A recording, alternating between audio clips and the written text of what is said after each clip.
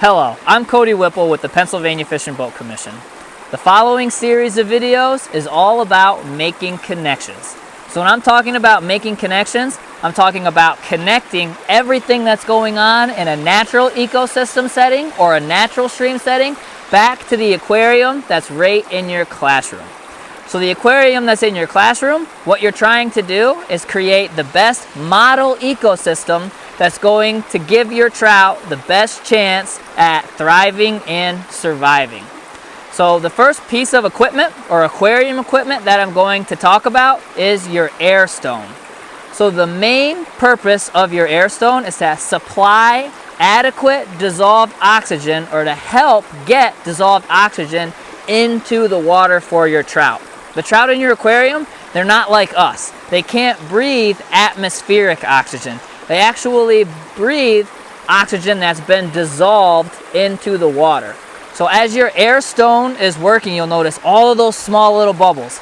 As those rise to the surface, it agitates the surface of the water, creating more surface area, allowing more oxygen to dissolve into the water. The expulsion of those bubbles also assists as well. So if you look at the natural stream that we have here, you'll see all kinds of bubbles. Each one of these little waterfalls and all the turbulence of the water is creating all of the dissolved oxygen that's going to be needed in this natural stream for the trout or the macroinvertebrates that might occur here.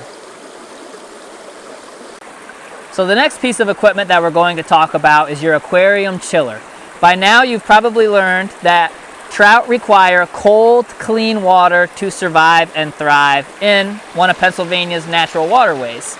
Your chiller is the component that provides your trout with that cold water. It helps keep your water cold.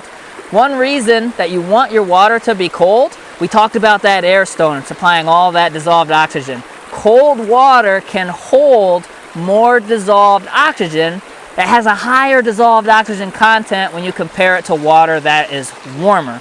The reason being, if you heat up water and boil water, you'll notice that the water molecules, they can vibrate really fast, and that drives dissolved oxygen right out of the water.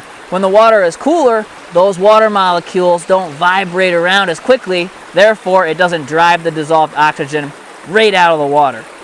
Some of the things in a natural ecosystem that help keep your water cold is the canopy, and providing a lot of shade to that stream so the sun isn't shining directly on it.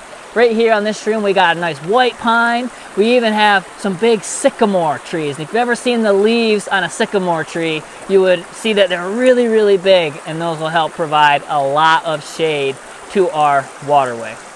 Another thing that can help keep the water cold is groundwater and springs. Because that water is underground, it's maybe starting up in the mountains like we actually have here today, it stays nice and cold and filtered and clean, and it can help feed these streams and keep that water cold year-round, even in the middle of the summer. So the final piece of aquarium equipment that we're going to talk about in terms of helping to add dissolved oxygen into your aquarium is the outflow of your filter.